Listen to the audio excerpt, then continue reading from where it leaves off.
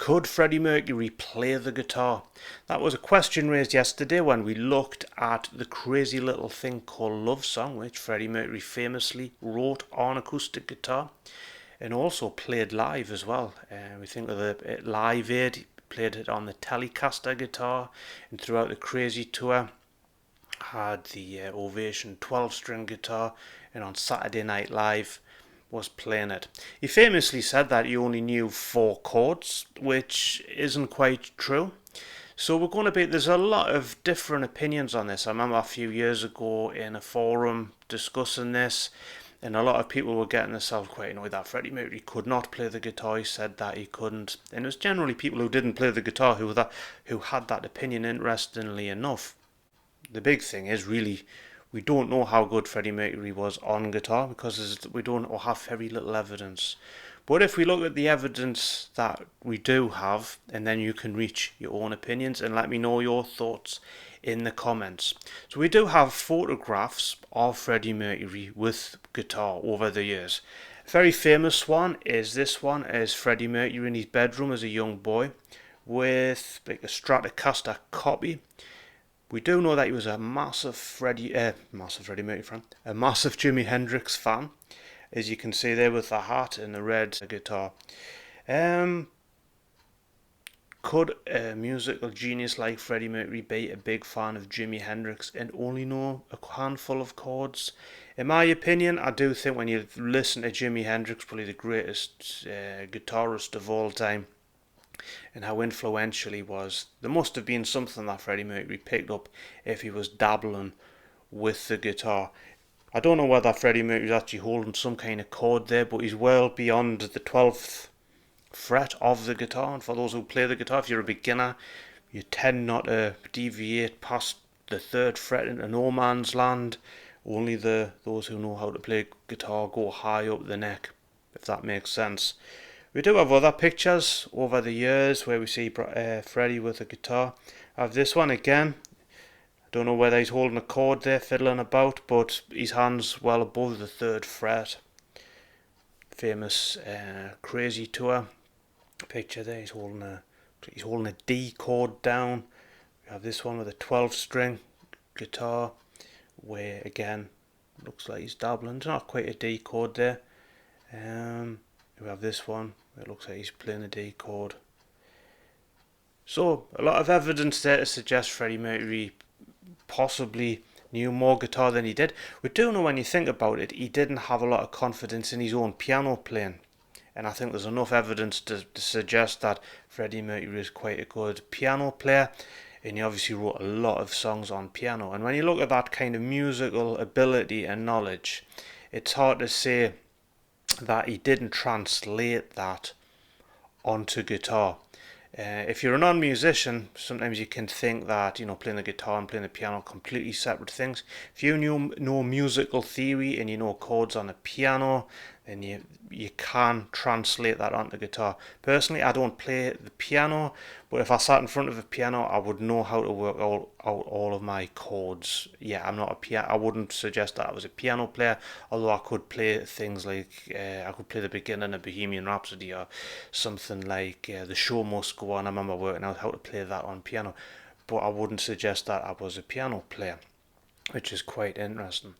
What we do know is when we consider songs like Ogre Battle. Now everybody assumes that Brian May wrote that song purely because it's so guitar driven. Yet Freddie Mercury wrote that. Did he write that on a keyboard and then Brian May translated it onto guitar? We don't quite know. But if we look at that song, if I get my guitar, that song starts off with this kind of... Then we have the...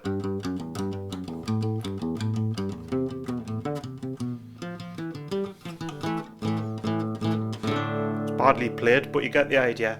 That to me looks very guitar driven, and it looks to me that it was written on a guitar. It's kind of in A, and the whole way it's put together, I kind of see that been written on a piano. We obviously have the guitar part from Bohemian Rhapsody that we know Freddie Mercury wrote. Brian May played on guitar. If you remember the whole... Possibly written on piano, may have been written on guitar. The answer is that we don't quite know. But when we do come to a song like Crazy Little Thing Called Love, many people believe that that is a 4-chord song. That's kind of, it's not quite right. I think there's about 7 chords in that. But if we actually look at that song itself, it starts off, I don't want to turn this into a guitar lesson, but it kind of demonstrates what I'm talking about. So if we start off at the beginning of the song, starts off on a D. So straight away we're going from a D to a D suspended 4.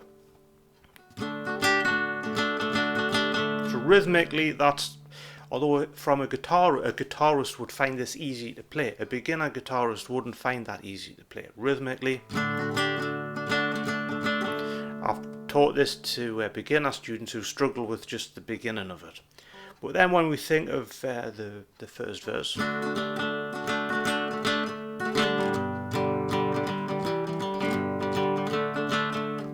we're going there from a G, C back to G, D, which looks fairly simple enough. Now rhythmically, it's not that easy to change that quickly for a beginner.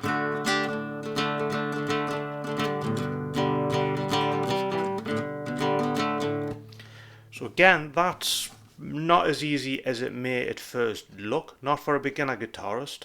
But we also have the fact that it's actually in the key of G, starting with D, which would suggest that we're in D mixolydian. So we don't want to turn this into a complicated guitar lesson, but the person writing this on guitar knows exactly what they're doing. And that's not a beginner thing to do. So theoretically, he knows exactly what he's doing. Then we come to the